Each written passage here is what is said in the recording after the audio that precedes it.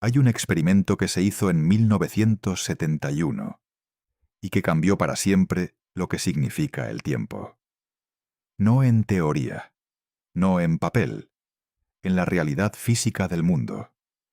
Dos físicos llamados Joseph Haefele y Richard Keating subieron a aviones comerciales con relojes atómicos de cesio, los instrumentos de medición del tiempo más precisos que existían en ese momento. Dieron la vuelta al mundo y luego compararon sus relojes con relojes idénticos que se habían quedado en tierra durante todo ese tiempo. Los relojes no marcaban lo mismo. No porque los relojes fallaran, no porque hubiera un error de calibración, no porque nadie cometiera un error. Los relojes marcaban tiempos diferentes, porque el tiempo había transcurrido de manera diferente para los relojes que viajaron que para los que se quedaron quietos. Los relojes en los aviones habían envejecido menos. El tiempo, para los relojes que se movieron a la velocidad de un avión comercial alrededor del planeta, transcurrió más despacio que para los relojes en tierra. No en una cantidad enorme, en nanosegundos. Pero la diferencia era real, medible, verificable, reproducible, y esa diferencia demostró algo que Einstein había predicho décadas antes y que la mayoría de las personas todavía no ha asimilado completamente. El tiempo no es una constante del universo. El tiempo no fluye igual para todos y en todas partes. El tiempo es relativo. Y si el tiempo es relativo, si puede transcurrir a velocidades diferentes dependiendo del movimiento y de la gravedad, entonces los viajes en el tiempo no son ciencia ficción. Son física real. Que ya ocurren, que ya han sido medidos, que ya tienen consecuencias prácticas que usas sin saberlo cada vez que el GPS de tu teléfono te da una dirección. En los próximos minutos vas a entender exactamente por qué el tiempo no es lo que siempre te dijeron que era.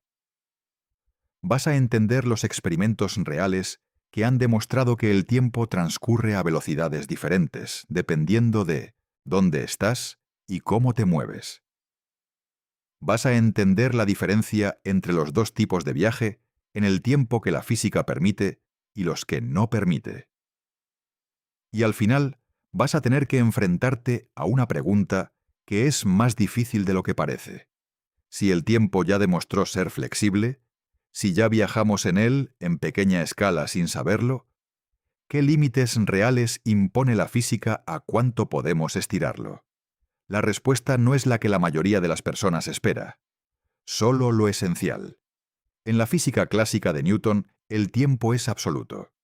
Eso significa que para todos los observadores en el universo, en todos los lugares y en todos los estados de movimiento, el tiempo transcurre al mismo ritmo. Un segundo en la Tierra es el mismo segundo en el Sol, en el centro de la galaxia, en una nave que viaja a la mitad de la velocidad de la luz. El tiempo es el mismo para todos. Eso parece tan obvio que durante siglos nadie lo cuestionó. En 1905, Einstein publicó la teoría de la relatividad especial y demostró matemáticamente que eso era completamente incorrecto. Y en 1915, con la relatividad general, demostró que la gravedad también afecta al tiempo. Ambas predicciones fueron verificadas experimentalmente, múltiples veces, con instrumentos cada vez más precisos. El resultado es que el tiempo es maleable, y esa maleabilidad es la puerta de entrada a los viajes en el tiempo. Para entender por qué los viajes en el tiempo son físicamente reales, necesitas entender qué cambió Einstein en nuestra concepción del tiempo, y por qué ese cambio fue tan radical que la mayoría de los físicos tardaron años en aceptarlo completamente. La teoría de la relatividad especial de Einstein tiene un punto de partida que parece inocente, pero que tiene consecuencias que destrozan la intuición humana. Ese punto de partida es un postulado, una afirmación que Einstein tomó como principio básico. La velocidad de la luz en el vacío es la misma para todos los observadores, independientemente del movimiento de la fuente de luz o del observador. Esto parece razonable hasta que piensas en lo que implica. Imagina que estás de pie en una carretera y un coche pasa a 100 kilómetros por hora. Para ti, el coche va a 100. Para el conductor de otro coche que viene en la misma dirección a 90 kilómetros por hora, el primer coche parece ir a solo 10. Para un conductor que va en dirección contraria a 90 kilómetros por hora, el primer coche parece ir a 190. Las velocidades se suman y se restan según el estado de movimiento del observador. Eso es la física newtoniana. Funcionaba perfectamente para todo lo que los seres humanos habían medido hasta finales del siglo XIX. Ahora imagina el mismo escenario con luz. Una linterna emite luz a 299.792 kilómetros por segundo. ¿A qué velocidad ves la luz si te estás moviendo en la misma dirección que la linterna? La intuición newtoniana dice que deberías ver la luz ir más despacio. Igual que el conductor, que va en la misma dirección, ve el coche delantero ir lento. Pero los experimentos muestran que no. La luz viaja a exactamente 299.792 kilómetros por segundo para ti, independientemente de si estás quieto, si te mueves hacia la fuente, si te alejas de ella, si te mueves a 1.000.000 de kilómetros por hora. Siempre la misma velocidad. Eso viola la intuición newtoniana de manera fundamental. Y la única manera de que eso sea matemáticamente consistente es que el tiempo y el espacio se comporten de maneras que no se parecen en nada a lo que Newton asumía. Einstein resolvió la contradicción con una idea que en el papel parece sencilla, pero que tiene consecuencias que perturban para siempre la manera de pensar el tiempo. Si la velocidad de la luz es la misma para todos los observadores, y si la velocidad es distancia dividida entre tiempo, entonces para que la velocidad sea la misma para observadores en movimiento relativo, la distancia y el tiempo tienen que ser diferentes para esos observadores. No parece que sean diferentes. Son diferentes. La distancia entre dos puntos y el tiempo que transcurre entre dos eventos son magnitudes que dependen del estado de movimiento del observador. Eso tiene un nombre: la dilatación del tiempo. Para un observador en movimiento relativo respecto a un sistema de referencia, el tiempo transcurre más despacio que para el observador en reposo. No parece que transcurra más despacio. Transcurre más despacio. Los relojes de un sistema en movimiento van más lentos que los relojes de un sistema en reposo cuando se comparan. Haffel y Keating lo midieron en 1971. Y la fórmula que lo describe, derivada directamente de las ecuaciones de Einstein, es precisa al nivel de nanosegundos. Pero la dilatación del tiempo por movimiento, la que describe la relatividad especial, no es la única manera en que el tiempo puede ser distorsionado. La relatividad general, que Einstein publicó 10 años después de la especial, añade otro mecanismo: la gravedad. Y la gravedad distorsiona el tiempo de una manera que es, si cabe, más perturbadora todavía que el movimiento. En la relatividad general, la gravedad no es una fuerza en el sentido newtoniano. Es la curvatura del espacio-tiempo causada por la presencia de masa y energía. Un objeto masivo como el Sol o la Tierra curva el espacio-tiempo a su alrededor.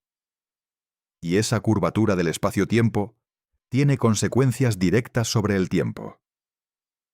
En una región de mayor curvatura gravitacional, es decir, más cerca de un objeto masivo, el tiempo transcurre más despacio que en una región de menor curvatura, es decir, más lejos del objeto masivo. No es una analogía, no es una aproximación, es la consecuencia directa de la geometría del espacio-tiempo en presencia de masa. Un reloj más cerca de la Tierra va más despacio que un reloj más lejos de la Tierra. La diferencia para los relojes en la superficie y los relojes a la altitud de los satélites GPS es de aproximadamente 45 microsegundos por día por el efecto gravitacional. Y esa diferencia, si no fuera corregida en los sistemas GPS, haría que las posiciones que el GPS calcula fueran incorrectas en varios kilómetros después de pocas horas de operación. Los sistemas GPS corrigen continuamente esa diferencia.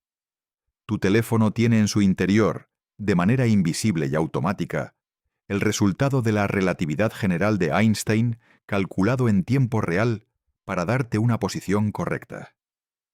Cada vez que usas el GPS, estás usando física relativista. Estás usando la demostración práctica de que el tiempo no es igual para todos. Estás usando, sin saberlo, la evidencia más cotidiana de que los viajes en el tiempo son reales. La dilatación del tiempo es una predicción matemática de la relatividad. Pero las predicciones matemáticas, por muy elegantes que sean, no son física hasta que se verifican en la realidad con experimentos. Y la dilatación del tiempo ha sido verificada con una precisión que hace que sea una de las predicciones mejor comprobadas de toda la física.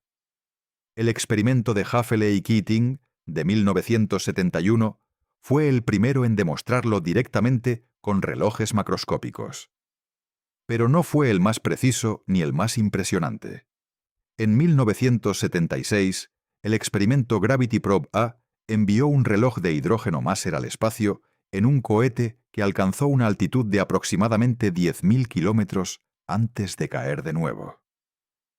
La diferencia de marcha del reloj en el cohete, comparada con el reloj equivalente en tierra, fue medida.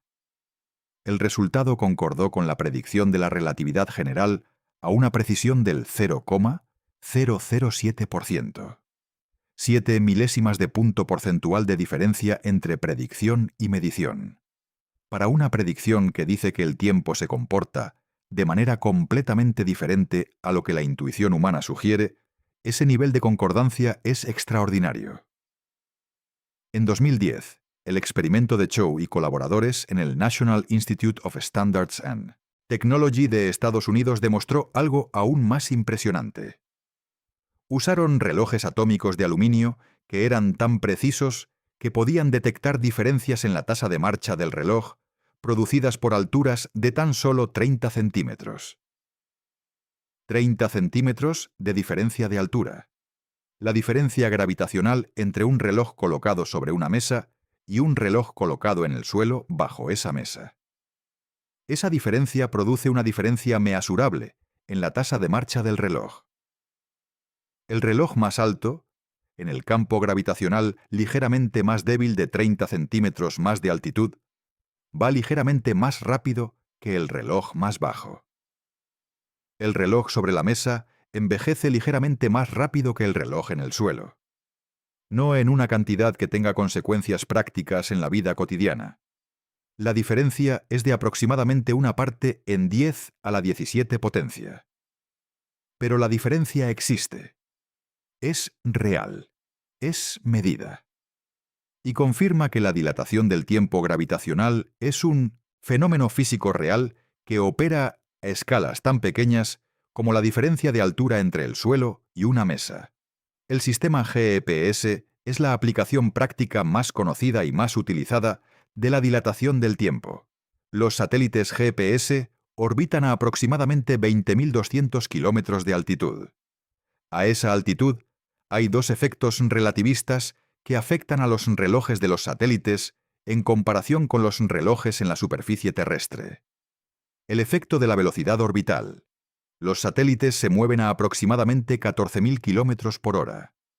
Según la relatividad especial, eso hace que sus relojes vayan más despacio que los de la superficie. La cantidad es de aproximadamente 7 microsegundos por día más lento. El efecto gravitacional. Los satélites están más lejos de la Tierra y, en consecuencia, en un campo gravitacional más débil.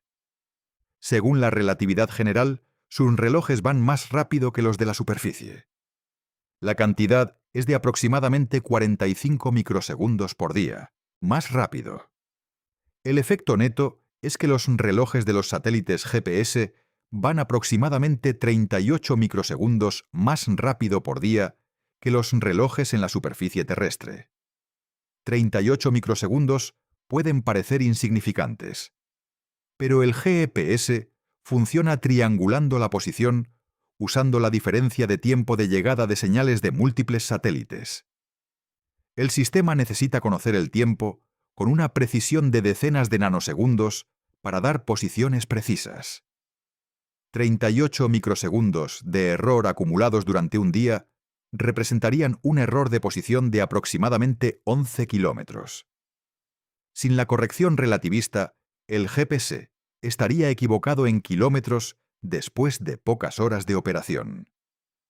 Los satélites GPS llevan incorporada en sus relojes una corrección de 38,4 microsegundos diarios para compensar la relatividad. Esa corrección es aplicada de manera continua y automática. Y funciona. El GPS da posiciones precisas al metro. Eso no sería posible si la relatividad fuera incorrecta. El GPS es, en ese sentido, un experimento de la relatividad que se realiza continuamente en tiempo real, con consecuencias prácticas que millones de personas utilizan cada día. Cada vez que el GPS funciona, confirma que la relatividad de Einstein es correcta, y que el tiempo no es igual para todos, y que eso ya tiene consecuencias prácticas que moldean el mundo en que vivimos. Hasta aquí, los experimentos y las aplicaciones.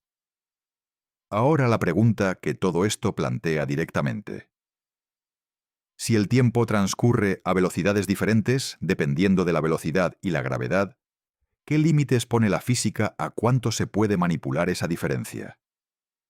¿Qué tan lejos en el tiempo podría viajar alguien si aplicara los principios que los experimentos han verificado? Para responder eso, necesitas distinguir entre dos tipos de viaje en el tiempo que tienen estatus físico completamente diferente. El primero es el viaje al futuro. El segundo es el viaje al pasado. No son equivalentes.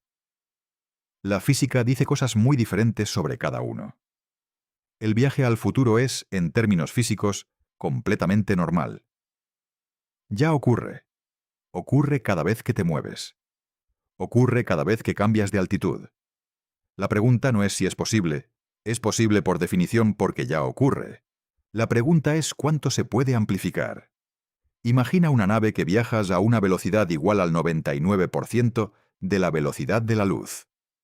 La relatividad especial predice que para esa nave, el tiempo transcurre aproximadamente 7 veces más despacio que para un observador en reposo. Si la nave viaja durante un año de tiempo propio, es decir, un año de tiempo según los relojes a bordo, habrán transcurrido aproximadamente 7 años de tiempo para los observadores que se quedaron en tierra. El tripulante de la nave llega a su destino un año más viejo. Los que se quedaron en tierra han envejecido 7 años. Cuando el tripulante sale de la nave, está 6 años menos envejecido que sus contemporáneos que no viajaron. Está, en el sentido más literal y más físico de la palabra, en el futuro. En su futuro subjetivo ha pasado un año. En el futuro del mundo que dejó han pasado 7. A velocidades aún más cercanas a la de la luz, la diferencia se amplifica de manera dramática. Al 99,9% de la velocidad de la luz, el tiempo para la nave transcurre aproximadamente 22 veces más despacio. Al 99,99%, aproximadamente 70 veces más despacio. Al 99,99999%, aproximadamente 707 veces más despacio. Al 99,999999999% de la velocidad de la luz, el tiempo para la nave transcurre más de 70.000 veces más despacio. Un año a bordo de esa nave correspondería a 70.000 años en el mundo exterior. la nave no puede alcanzar el 100% de la velocidad de la luz. La relatividad especial demuestra que eso requeriría energía infinita. Pero la asíntota es fascinante. A velocidades arbitrariamente cercanas a la de la luz, la diferencia de tiempo puede ser arbitrariamente grande. Esto significa que, en principio, un ser humano con la tecnología de propulsión adecuada podría viajar al año 1.000.000 de nuestra era, experimentando subjetivamente solo unos pocos años de viaje. Llegaría a 1.000.000 de años en el futuro, habiendo envejecido pocos años. Eso no viola ninguna ley de la física. Es la extrapolación directa de los experimentos que ya han verificado la dilatación del tiempo. La gravedad ofrece una segunda ruta hacia el mismo resultado.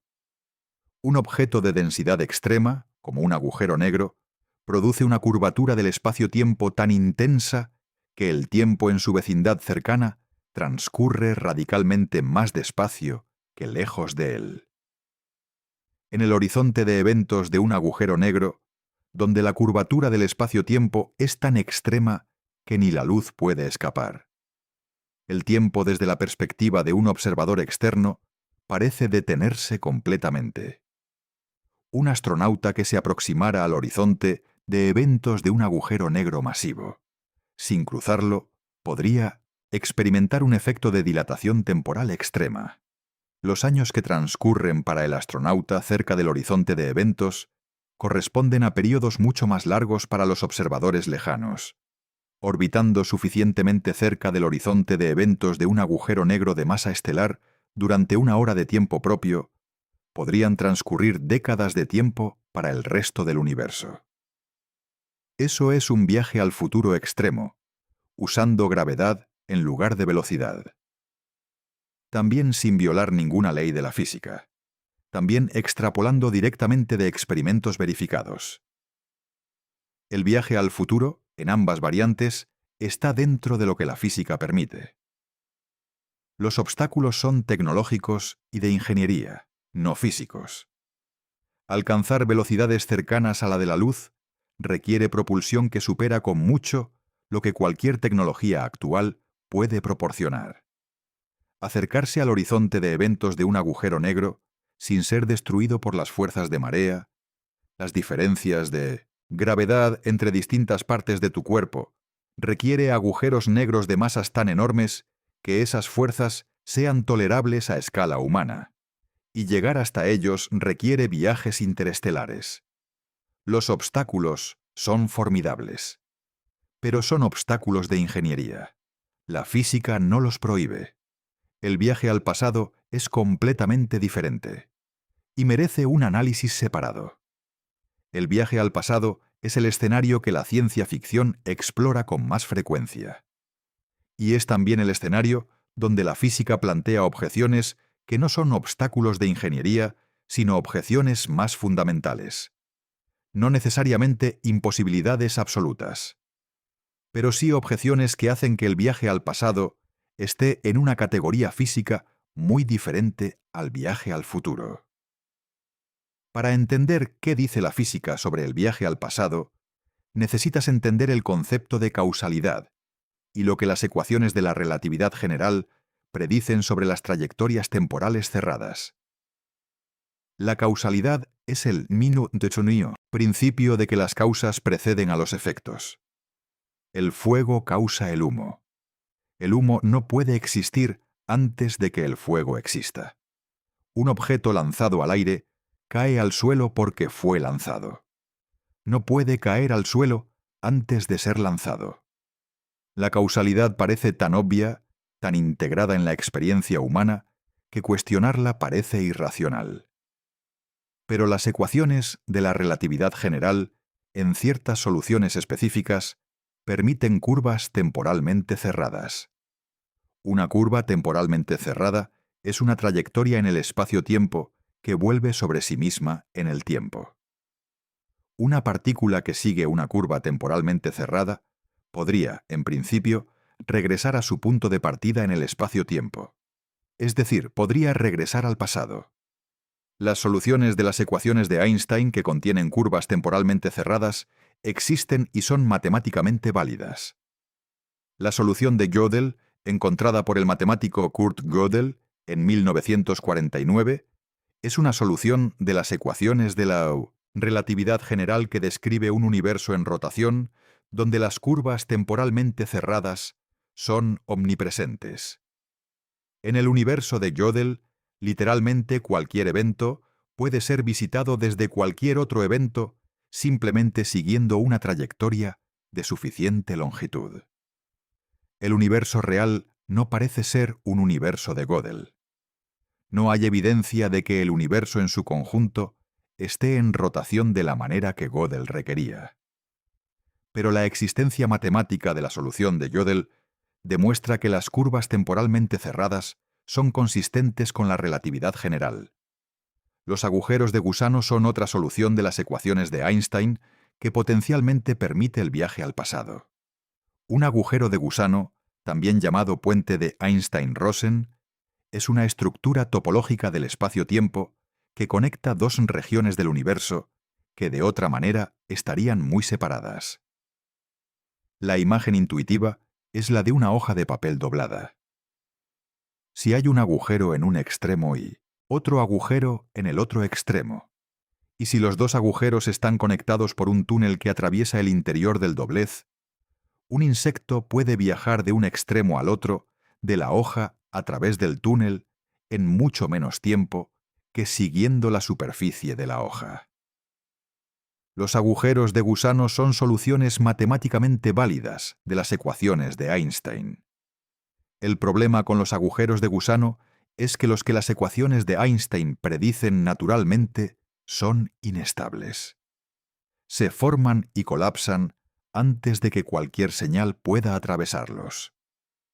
El tiempo de colapso es de fracciones de nanosegundo para los agujeros de gusano de escala microscópica.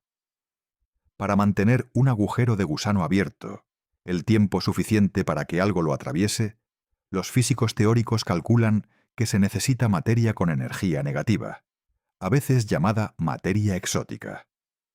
La materia exótica con energía negativa existe en la física cuántica de campos como un fenómeno real, el efecto Casimir, cuando dos placas metálicas se colocan muy cerca una de la otra en el vacío. La presión de la radiación de vacío entre las placas es menor que la presión exterior, lo que produce una fuerza de atracción entre las placas. El efecto Casimir es real. Es medido en laboratorio con gran precisión. Pero la cantidad de energía negativa producida por el efecto Casimir en condiciones de laboratorio es completamente insuficiente para mantener abierto un agujero de gusano del tamaño necesario para que algo físico lo atraviese.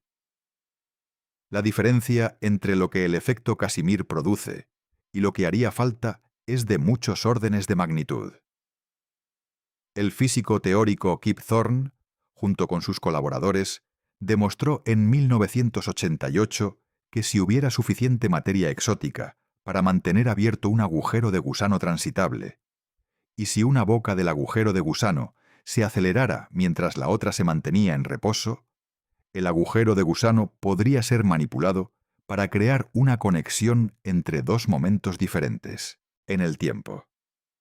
Eso haría posible el viaje al pasado. La física de ese escenario es matemáticamente consistente.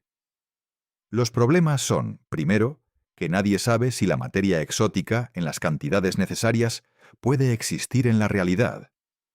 Y segundo, que incluso si existe y aunque el agujero de gusano se pudiera mantener abierto, el viaje al pasado genera paradojas lógicas que la física todavía no sabe cómo resolver. Las paradojas del viaje al pasado son los argumentos más poderosos contra su posibilidad física. No porque sean paradojas filosóficas abstractas, sino porque algunas de ellas implican violaciones de principios físicos fundamentales que la física no tiene manera de resolver dentro del marco actual. La paradoja más conocida es la paradoja del abuelo. Imagina que construyes una máquina del tiempo y viajas al pasado hasta el momento en que tu abuelo era joven, antes de que tuviera hijos. En ese momento, matas a tu abuelo. Tu padre nunca nace. Tú nunca naces. Si no naciste, no puedes construir la máquina del tiempo. Si no construiste la máquina del tiempo, no puedes viajar al pasado. Si no viajaste al pasado, tu abuelo no fue matado. Si tu abuelo no fue matado, tu padre nació. Si tu padre nació, tú naciste. Si naciste, puedes construir la máquina del tiempo. Si construiste la máquina del tiempo, viajaste al pasado. Si viajaste al pasado, mataste a tu abuelo. El razonamiento se convierte en un bucle de implicaciones mutuamente contradictorias que no tiene resolución lógica consistente. Eso no es un problema narrativo de la ciencia ficción. Es un problema formal en la física de las curvas temporalmente cerradas. Dentro del marco de la física clásica y la relatividad, no hay una resolución satisfactoria de ese tipo de paradoja. La primera respuesta que se intenta es la consistencia de Novikov. El principio de consistencia de Novikov, propuesto por el astrofísico Igor Novikov en los años 80, dice que solo son físicamente posibles los viajes al pasado que son outconsistentes. En otras palabras, solo pueden ocurrir los viajes al pasado en los que las acciones del viajero temporal son consistentes con la historia que ya ocurrió. Si tu historia ya contiene el hecho de que alguien viajó al pasado y realizó ciertas acciones, esas acciones ocurrirán de esa manera exacta, sin posibilidad de alteración. No puedes matar a tu abuelo porque ya sabemos que tu abuelo vivió. El universo es autoconsistente, y solo las trayectorias autoconsistentes son físicamente realizables. Esta solución es matemáticamente elegante y elimina las paradojas lógicas, pero tiene un precio filosófico enorme. Implica que el libre albedrío es una ilusión total para los viajeros temporales. Si viajas al pasado, tus acciones ya están determinadas de antemano por la autoconsistencia del universo. No puedes actuar de manera diferente a como ya actuaste, porque esa actuación es parte de la historia que el universo ya contiene. La segunda respuesta es la de los universos paralelos o mundos múltiples. En la interpretación de muchos mundos de la mecánica cuántica, cada vez que ocurre un evento cuántico con múltiples resultados posibles, el universo se divide en ramas que contienen cada uno de los resultados. Si aplicamos ese marco al viaje al pasado, cuando el viajero temporal llega al pasado y toma acciones que alteran la historia, el universo se divide en dos ramas. En la rama original, el viajero no llegó del futuro, y la historia ocurrió de manera A. En la rama nueva, el viajero llegó del futuro, y la historia ocurrió de manera B. Las dos ramas coexisten. No hay paradoja porque el viajero temporal no regresa a su universo original, sino que crea o entra en un universo paralelo. Esa solución elimina las paradojas, pero a un coste conceptual también importante. Implica la existencia de universos paralelos que no tenemos evidencia experimental directa de que existan, y el viajero temporal no puede alterar su propio pasado porque su universo original es inaccesible una vez que crea la nueva rama. Stephen Hawking propuso una tercera respuesta, la que llamó la conjetura de protección de la cronología. La conjetura dice que las leyes de la física conspiran para hacer imposibles las curvas temporalmente cerradas. Específicamente, cuando se intenta crear un agujero de gusano o cualquier otro mecanismo de viaje al pasado, los efectos cuánticos en la vecindad del agujero de gusano producen cantidades de energía que destruyen la estructura antes de que pueda ser utilizada para viajar al pasado. La conjetura no es una ley demostrada.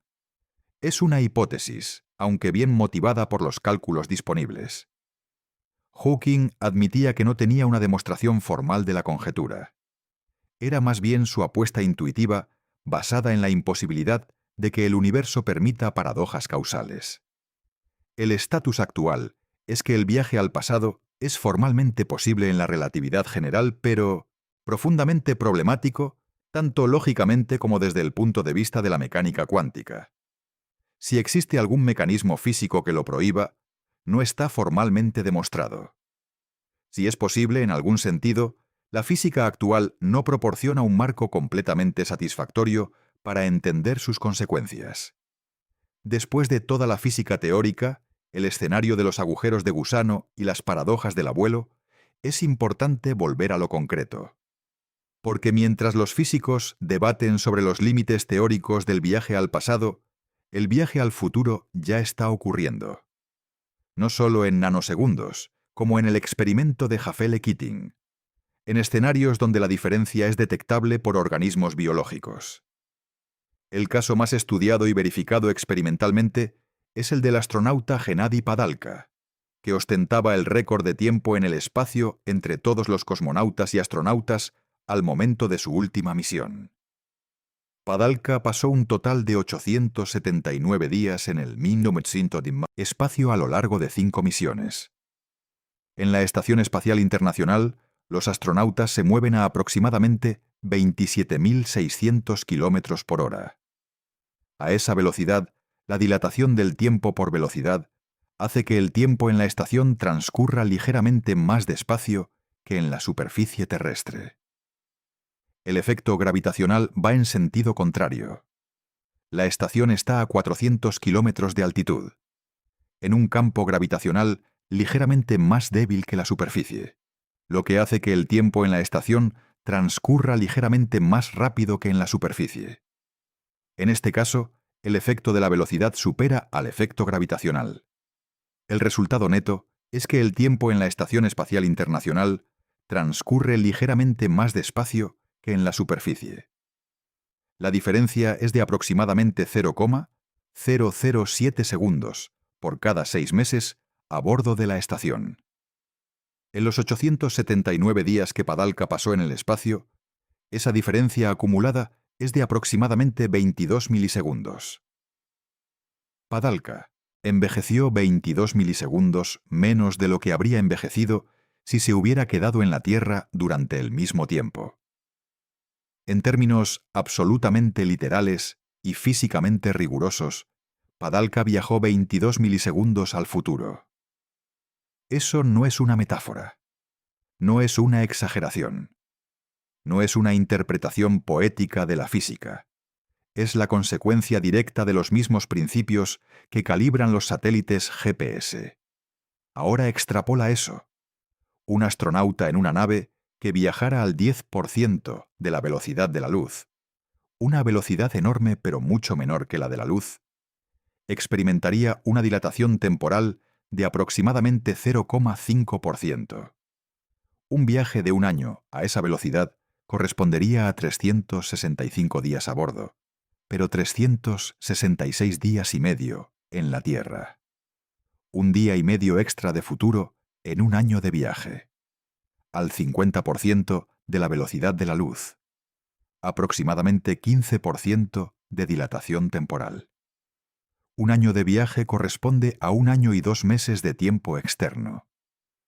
Al 90% de la velocidad de la luz. Aproximadamente 130% de dilatación temporal. Un año de viaje corresponde a más de 2 años y 3 meses de tiempo externo. Al 99% de la velocidad de la luz. Aproximadamente 607% de dilatación temporal. Un año de viaje corresponde a más de 7 años de tiempo externo. Un astronauta que viajara durante 10 años subjetivos al 99% de la velocidad de la luz llegaría a su destino habiendo envejecido 10 años. Los que se quedaron en la Tierra habrían envejecido más de 70.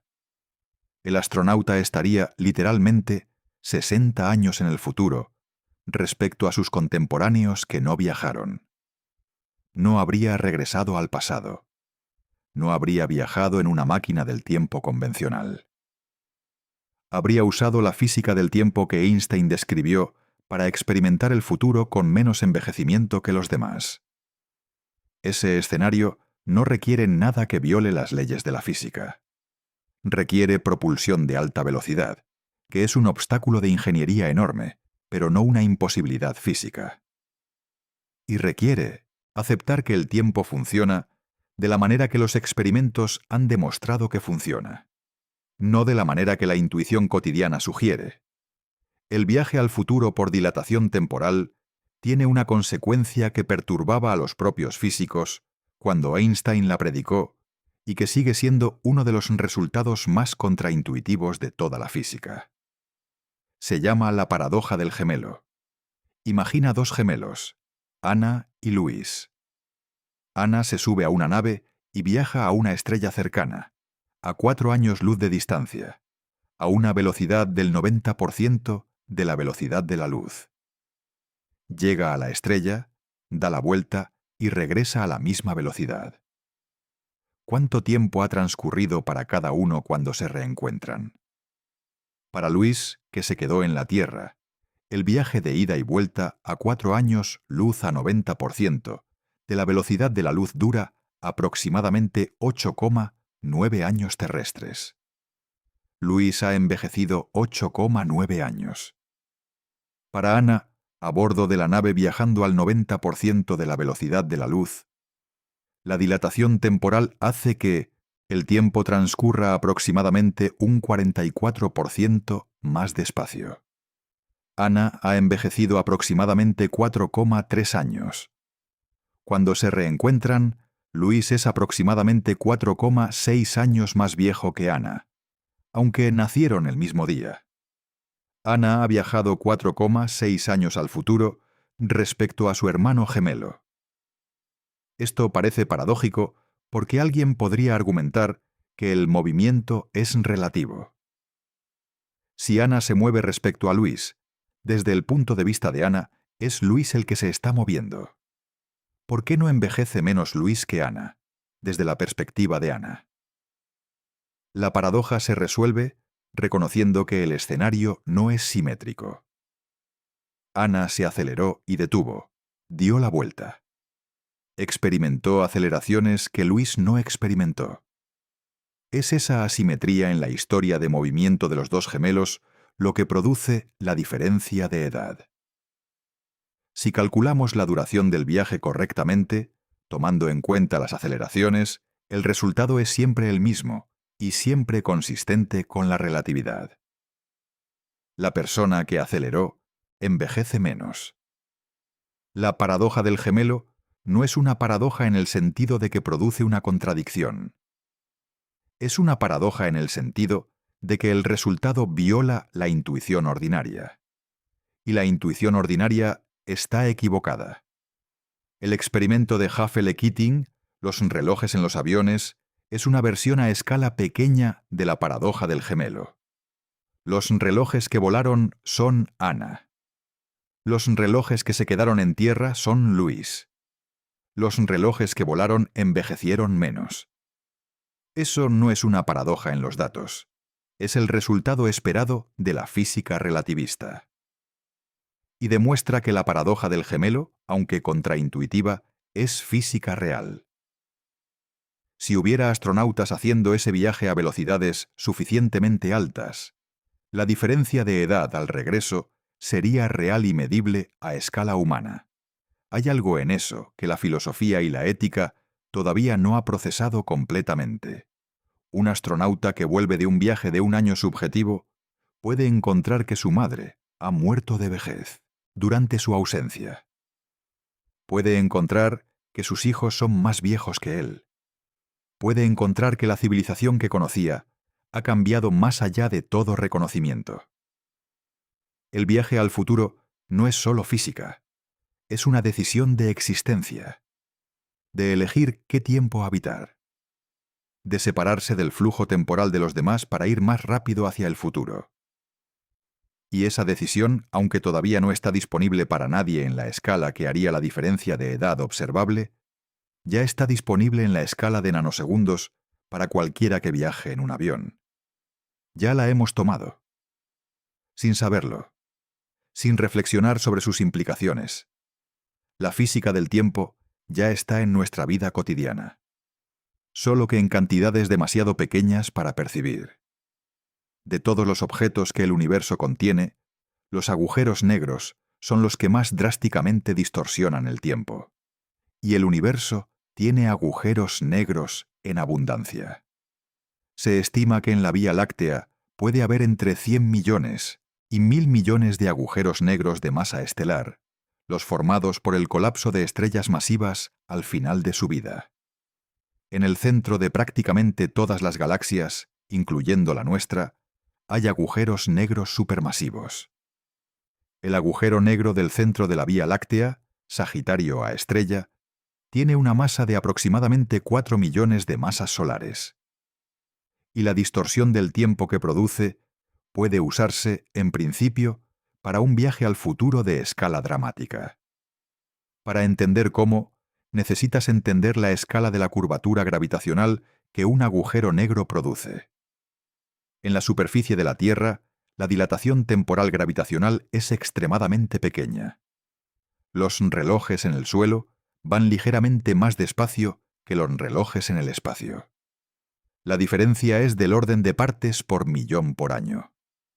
En la superficie del Sol, la diferencia es mayor, pero todavía pequeña en términos de experiencia cotidiana. En la superficie de una estrella de neutrones, que es el tipo de objeto de mayor densidad conocido aparte de los agujeros negros, la diferencia es significativa. Un reloj en la superficie de una estrella de neutrones típica va aproximadamente un 20% más despacio que un reloj lejos de ella. Y en la vecindad del horizonte de eventos de un agujero negro, la diferencia se vuelve extrema. El horizonte de eventos es la superficie esférica imaginaria alrededor de un agujero negro dentro de la cual la velocidad de escape supera la velocidad de la luz.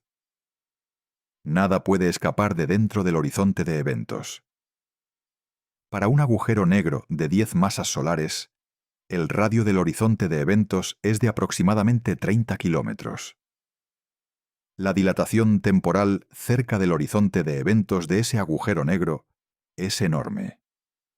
Según las ecuaciones de la relatividad general, un observador que se aproxima al horizonte de eventos de un agujero negro y lo rodea a una distancia de pocos radios del horizonte durante lo que experimenta como una hora podría encontrar, cuando se aleja de nuevo, que en el universo exterior han transcurrido décadas o incluso siglos.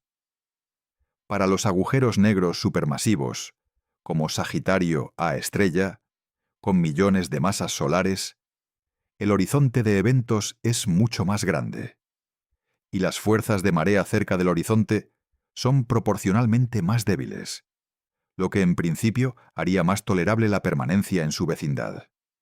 La película Interstellar, aunque sea ciencia ficción, usa la física correcta en su representación del efecto del tiempo cerca de un agujero negro. El planeta Miller, que orbita cerca del agujero negro ficticio Gargantúa, experimenta un tiempo que transcurre 61.500 veces más despacio que el tiempo en la nave madre. Una hora en el planeta Miller corresponde a 7 años para la tripulación que espera. Aunque los detalles específicos son ficcionales, la física que subyace a ese efecto es real.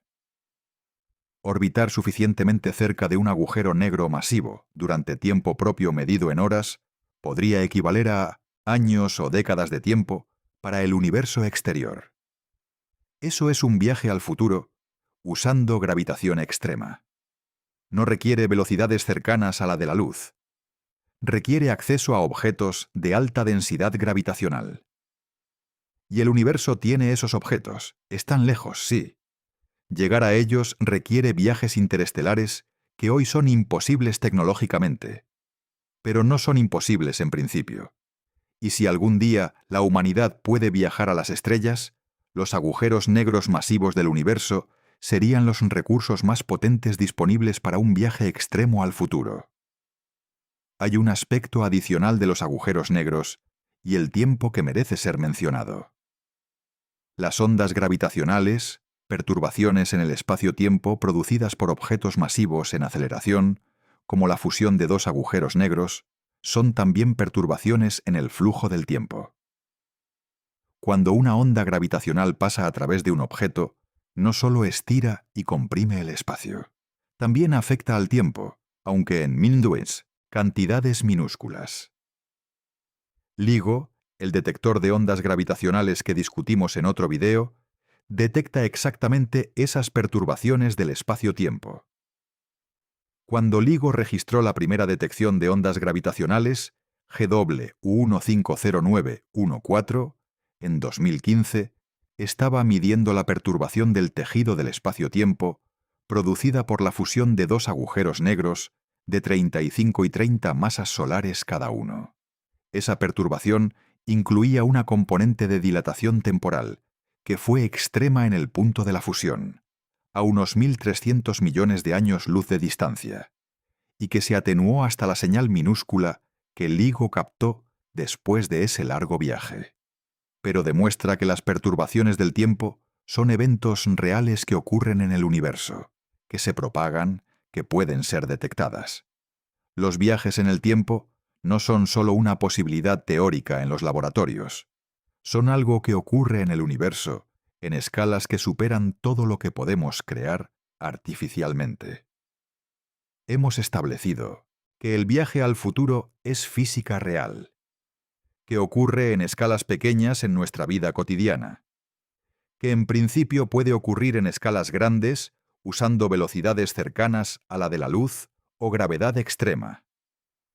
Ahora hay que ser honesto sobre lo que la física sí prohíbe, con toda la certeza que los experimentos y la teoría proporcionan. La primera prohibición absoluta es superar la velocidad de la luz.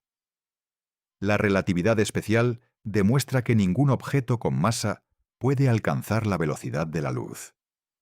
La energía necesaria para acelerar un objeto a la velocidad de la luz es infinita. No muy grande. Infinita. Eso no es una limitación tecnológica que la ingeniería pueda superar con más potencia.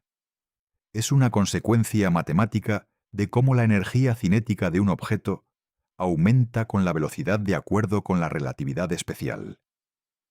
A medida que la velocidad de un objeto se aproxima a la de la luz, su masa relativista aumenta. Más masa requiere más energía para seguir acelerando. Cuando la velocidad alcanza el 99% de la velocidad de la luz, la masa relativista es aproximadamente 7 veces la masa en reposo. Al 99,9% es aproximadamente 22 veces. Al 99,99% es aproximadamente 70 veces. La masa relativista diverge hacia el infinito a medida que la velocidad se aproxima a la de la luz. Energía infinita para acelerar masa infinita. Imposible. No para el estado actual de la tecnología. Imposible en principio. El viaje en el tiempo hacia el futuro está permitido, pero limitado por eso. Puedes acercarte todo lo que quieras a la velocidad de la luz, experimentando cada vez más dilatación temporal, pero nunca puedes alcanzarla. La segunda prohibición, menos absoluta pero físicamente bien motivada, es la del viaje a velocidades superiores a la de la luz, lo que se llama viaje superlumínico. Algunos modelos teóricos predicen la existencia de partículas llamadas taquiones, que viajan siempre más rápido que la luz, y cuya masa es imaginaria, en el sentido matemático. Pero nunca se ha detectado ningún taquión. Y hay razones teóricas sólidas para pensar que si los taquiones existieran, permitirían la comunicación hacia el pasado, violando la causalidad de maneras que producirían paradojas irresolubles. La ausencia de evidencia de taquiones y los problemas que causarían si existieran hacen que la mayoría de los físicos los considere no físicos. La tercera limitación, que es real pero que no es absoluta, es la conservación de la energía y el momentum en los procesos de creación de curvas temporalmente cerradas. Los modelos de agujeros de gusano que permitirían el viaje al pasado requieren cantidades de materia exótica con energía negativa que superan enormemente cualquier cosa que los procesos cuánticos conocidos pueden producir. La diferencia entre lo que el efecto Casimir produce y lo que un agujero de gusano transitable necesita es de muchos órdenes de magnitud. No hay ningún proceso conocido, ni siquiera, en teoría, que pueda producir esas cantidades de materia exótica. Eso no es una prohibición absoluta demostrada, pero es un obstáculo que la física actual no tiene manera de superar. Y hay un argumento más sutil que merece mención. Si el viaje al pasado fuera posible, podría haber visitantes del futuro en el presente. Si hay futuras civilizaciones que dominan la tecnología del viaje temporal al pasado, ¿por qué no hay evidencia de visitantes del futuro en el presente o en el pasado histórico? Stephen Hawking lo formuló como el argumento más convincente contra el viaje al pasado. Si las máquinas del tiempo que permiten viajar al pasado fueran posibles, ¿dónde están los turistas del futuro? La ausencia de evidencia de visitantes del futuro es consistente tanto con la imposibilidad del viaje al pasado como con la posibilidad de que sea posible, pero que los viajeros del futuro sean muy discretos o que solo puedan visitar tiempos posteriores a la creación de la primera máquina del tiempo. La física no tiene una respuesta definitiva. Solo tiene la observación de que el argumento es válido y que la ausencia de turistas del tiempo es un dato que cualquier teoría del viaje temporal al pasado tiene que explicar. Hay una dimensión del problema del tiempo que no hemos abordado todavía y que es quizás la más fundamental de todas. La mecánica cuántica, la teoría que describe el comportamiento de las partículas subatómicas, tiene una relación con el tiempo que es radicalmente diferente a la que la relatividad describe. En la relatividad, el tiempo es una dimensión del espacio-tiempo, y su transcurrir puede ser distorsionado por la velocidad y la gravedad.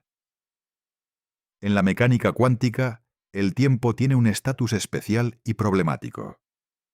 Las ecuaciones de la mecánica cuántica son reversibles en el tiempo para la mayoría de los procesos. Eso significa que si filmas una partícula subatómica interaccionando con otra y luego proyectas el vídeo, al revés, el proceso que ves en el vídeo al revés es también una secuencia de eventos físicamente posible. El tiempo, para las partículas subatómicas descritas por la mecánica cuántica, no tiene una dirección preferida. La flecha del tiempo, la razón por la que el pasado y el futuro parecen tan radicalmente diferentes en la experiencia macroscópica, no emerge directamente de la mecánica cuántica. Emerge de la termodinámica y del concepto de entropía. La entropía, la medida del desorden de un sistema, tiende a aumentar con el tiempo, de acuerdo con la segunda ley de la termodinámica. El vidrio roto no se reensambla por sí solo. El calor fluye del cuerpo caliente al frío, no al revés. Los sistemas evolucionan hacia estados de mayor desorden. Esa tendencia al aumento de la entropía es lo que da a la experiencia macroscópica del tiempo su dirección. Pero esa dirección no está escrita en las ecuaciones fundamentales de la física. Las ecuaciones de la mecánica, cuántica y de la relatividad son, en su mayoría, simétricas en el tiempo. El tiempo solo tiene una dirección a nivel macroscópico porque comenzamos en un estado de baja entropía, el universo primitivo después del Big Bang, y evolucionamos hacia estados de mayor entropía. Si el universo hubiera comenzado en un estado de alta entropía y evolucionara hacia baja entropía, la flecha del tiempo apuntaría en la dirección opuesta. El futuro y el pasado serían los contrarios de los que son. Eso no es ciencia ficción, es física teórica seria.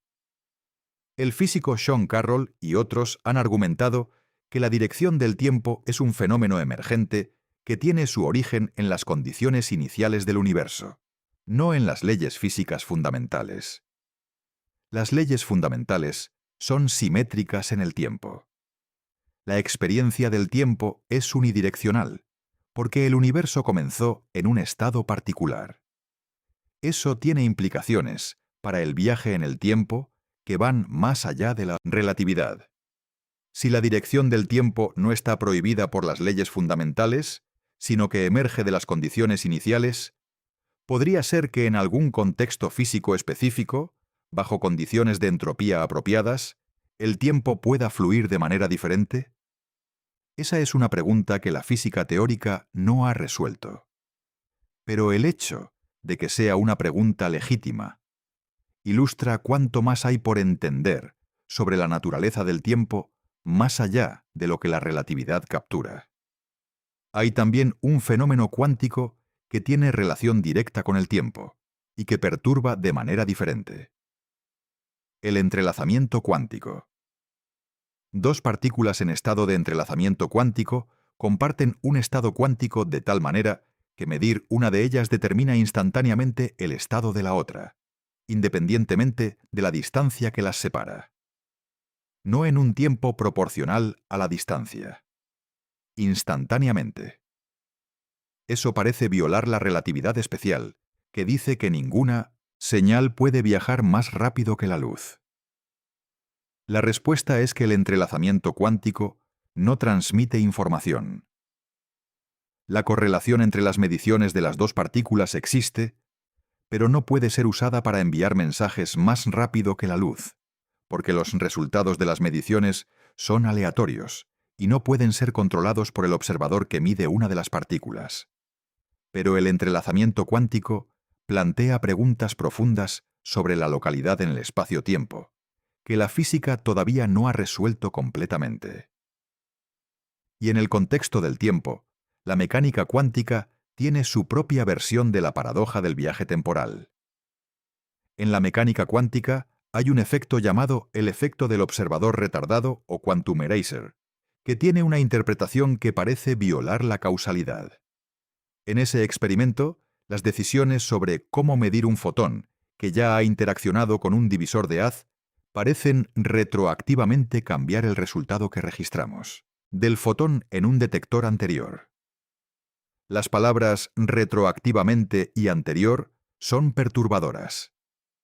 La interpretación consensuada de ese experimento es que no viola la causalidad porque el observador no puede controlar qué resultado obtiene, y por tanto no puede usar el efecto para enviar información al pasado.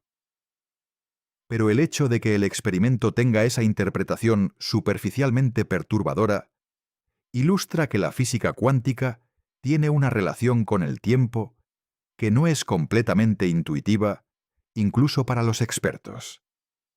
Hemos recorrido la física del tiempo de manera detallada, los experimentos de los relojes en aviones, la corrección relativista del GPS, la dilatación temporal a velocidades cercanas a la luz, la dilatación temporal gravitacional de los agujeros negros, las paradojas del viaje al pasado, la asimetría entre viaje al futuro y viaje al pasado. Ahora conviene dar un paso atrás y pensar en lo que todo eso significa, no en términos de ingeniería de máquinas del tiempo, en términos de qué dice sobre la naturaleza de la realidad. El tiempo que experimentas en este momento no es el mismo tiempo que experimenta alguien que se mueve a una velocidad diferente a la tuya. No es que tengan relojes diferentes, es que el tiempo transcurre a velocidades físicamente distintas para ellos. En este momento, en el interior del Sol, el tiempo transcurre ligeramente más despacio que en la Tierra.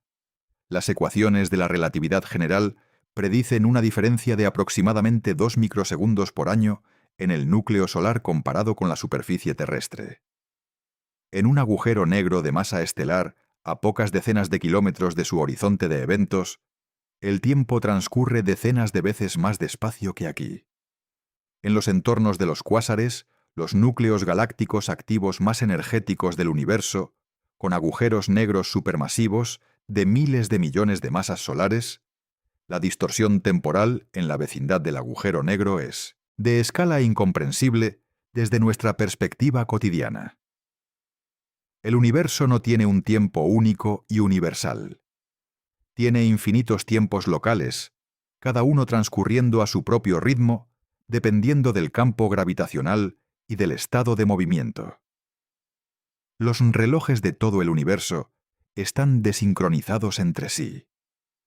No porque estén mal construidos o porque haya errores de fabricación, sino porque el tiempo real, en cada punto del universo, es genuinamente diferente. Eso tiene consecuencias filosóficas que la ciencia todavía no ha procesado completamente. El ahora no es universal. Si el tiempo transcurre a velocidades diferentes en diferentes puntos del universo, el concepto de simultaneidad, de que dos eventos ocurran al mismo tiempo, pierde el significado absoluto que la intuición le asigna.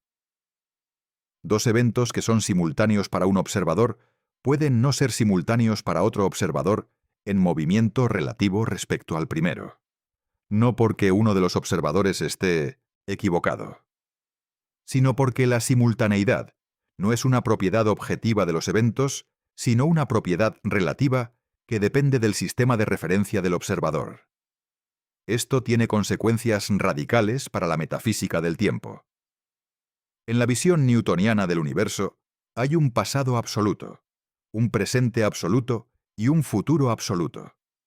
El pasado ya ocurrió. El futuro todavía no. Y el presente es el instante que separa los dos. En la visión relativista, esa estructura se disuelve. No hay un presente absoluto que sea el mismo para todos. El cono de luz pasado de un observador, el conjunto de eventos que ya ocurrieron para ese observador, es diferente del cono de luz pasado de un observador en movimiento relativo. Los físicos y los filósofos que trabajan en la fundamentación del tiempo hablan de eternismo o presentismo como dos maneras de entender la realidad temporal. El presentismo dice que solo el presente existe. El pasado ya no existe. El futuro todavía no existe. El eternismo dice que el pasado, el presente y el futuro existen todos igualmente. El tiempo es simplemente otra dimensión, como el espacio. El futuro ya existe, solo que todavía no lo hemos alcanzado. La relatividad especial favorece el eternismo, porque en la relatividad no hay un ahora universal, y la diferencia entre pasado, presente y futuro es relativa al observador. Si el futuro es relativo al observador, la idea de que el futuro todavía no existe se vuelve problemática. ¿Para qué observador no existe? Ese debate filosófico no tiene consenso, pero tiene consecuencias para cómo entendemos el viaje en el tiempo. Si el eternismo es correcto, si el futuro ya existe aunque todavía no lo hayamos alcanzado, entonces el viaje al futuro no es crear algo nuevo. Es simplemente moverse más rápido, a lo largo de la dimensión temporal, pasando por encima de ciertos instantes del futuro, para llegar a instantes más lejanos. El viaje al futuro no es diferente conceptualmente del viaje a una ciudad lejana. La ciudad ya existe. Solo tienes que llegar. Y si el futuro ya existe, el pasado también existe. Simplemente está detrás de ti en la dimensión temporal. Igual que una ciudad que ya has visitado, sigue existiendo aunque ya no estés en ella. Eso no resuelve las paradojas del viaje al pasado, pero cambia la manera de pensar en por qué son paradójicas. Para hacer el viaje al futuro disponible a escala humana significativa, necesitas tecnología que hoy no existe, pero cuyo principio físico no viola ninguna ley conocida. La propulsión de alta velocidad. Ningún cohete químico puede acercar una nave a la velocidad de la luz. La energía química disponible en los mejores propelentes químicos es completamente insuficiente. Los candidatos para propulsión de alta velocidad que los físicos e ingenieros discuten con seriedad son la propulsión de fusión nuclear, la propulsión de antimateria y la vela de luz. La propulsión de fusión nuclear podría, en 1900, principio acelerar una nave a entre el 10% y el 15% de la velocidad de la luz, según las estimaciones más optimistas. A esas velocidades, la dilatación temporal es pequeña pero measurable en viajes de décadas. La propulsión de antimateria, usando la aniquilación materia-antimateria para producir energía de exhaust, podría en principio alcanzar entre el 50% y el 90% de la velocidad de la luz, dependiendo del diseño. A esas velocidades, la dilatación temporal es significativa. Un viaje de 30 años a bordo de una nave de antimateria al 90% de la velocidad de la luz correspondería a aproximadamente 70 años de tiempo externo. El tripulante llegaría a su destino 40 años más joven que sus contemporáneos que no viajaron. La vela de luz, propulsada por un láser externo que empuja una vela ultraligera, es el concepto del proyecto Breakthrough Starshot que mencionamos en el video sobre Próxima B. En ese concepto, las sondas podrían alcanzar el 20% de la velocidad de la luz con una dilatación temporal modesta pero mesurable. El obstáculo de todos esos sistemas para el viaje en el tiempo de escala humana es el mismo que para la exploración interestelar. La energía, la masa, el tiempo de viaje, el problema de la desaceleración al llegar al destino. Para el viaje gravitacional al futuro, usando agujeros negros, el obstáculo principal es llegar a un agujero negro masivo suficientemente cercano. El agujero negro más cercano conocido, Gaia BH1, está a aproximadamente 1560 años luz. Llegar ahí con la tecnología actual es imposible en la práctica. Pero el escenario hipotético es claro. Una civilización con acceso a viajes interestelares y a agujeros negros masivos tendría a su disposición los recursos para el viaje al futuro en cualquier escala que deseara. Un año de tiempo propio, cerca de un agujero negro masivo, podría corresponder a siglos o milenios de tiempo externo, dependiendo de la proximidad al horizonte de eventos. Eso no es un escenario para la humanidad en el siglo XXI. Pero es un escenario que la física permite. En el horizonte de civilizaciones suficientemente avanzadas. Lo que plantea una reflexión que la astronomía y la astrobiología raramente hacen explícita. Si el viaje al futuro es posible, y si hay civilizaciones tecnológicamente avanzadas en el universo, algunas de ellas podrían estar usando exactamente ese mecanismo para explorar el futuro lejano de su galaxia o del universo. No de manera mágica, no violando ninguna ley física, sino aprovechando la distorsión gravitacional de los agujeros negros para proyectarse hacia eras del universo que de otra manera no verían. Volvamos a la pregunta del título. ¿Los viajes en el tiempo ya son posibles y la ciencia lo demuestra? La respuesta es: depende de qué tipo de viaje en el tiempo y en qué escala. El viaje al futuro es físicamente real, ya ocurre, y ha sido medido en múltiples experimentos con precisión creciente. Los nanosegundos, de diferencia de los relojes en los aviones de Hafele y Keating, son viajes al futuro. La diferencia de 22 milisegundos del astronauta Padalka es un viaje al futuro. La corrección de 38 microsegundos diarios que los satélites GPS aplican es la consecuencia de un viaje al futuro continuo que esos satélites experimentan.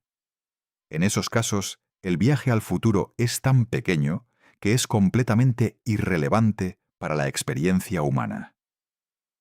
Pero la física que lo produce es la misma física que, extrapolada a velocidades más altas o a campos gravitacionales más intensos, produce diferencias de décadas o siglos. No hay un umbral donde la física cambia. Hay un continuo.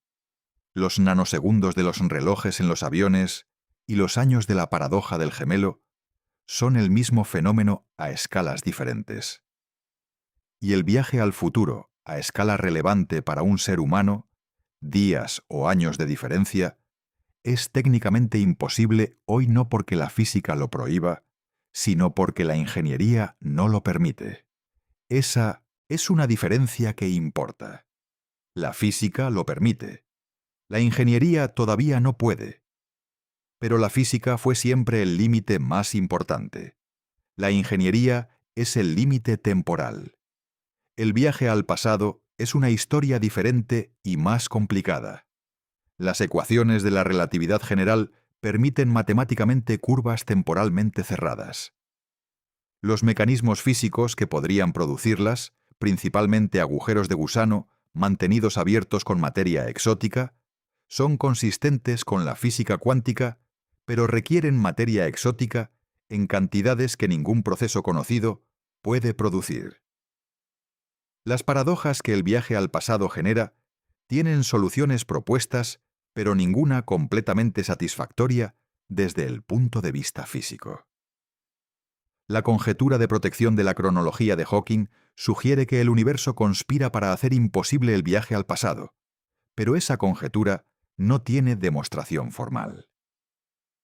El estatus del viaje al pasado es, por tanto, formalmente posible en 1910, la relatividad general, pero sin ningún mecanismo físico conocido que lo permita en la práctica, con paradojas no resueltas que sugieren que puede ser imposible, aunque no podamos demostrarlo con certeza. Eso no es la misma situación que el viaje al futuro. El viaje al futuro ya ocurre.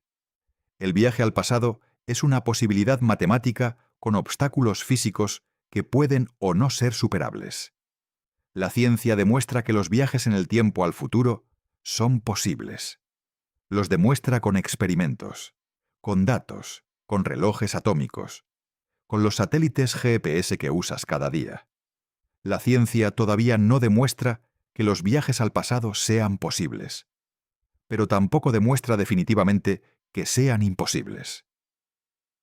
Y esa incertidumbre, ese margen entre lo que sabemos y lo que todavía no sabemos, es el espacio donde la física más profunda del tiempo todavía tiene preguntas abiertas. Hay un patrón que conecta todo lo que hemos discutido en este video, y que creo que es más importante que cualquier experimento o ecuación individual. El patrón es este. Cada vez que la física ha examinado los conceptos que la experiencia cotidiana da por sentados, ha encontrado que esos conceptos son aproximaciones de algo más rico y más extraño. El espacio parece plano y euclidiano. La relatividad general reveló que está curvado por la masa. La materia parece continua. La mecánica cuántica reveló que está hecha de partículas y campos cuánticos discontinuos. El tiempo parece absoluto y universal.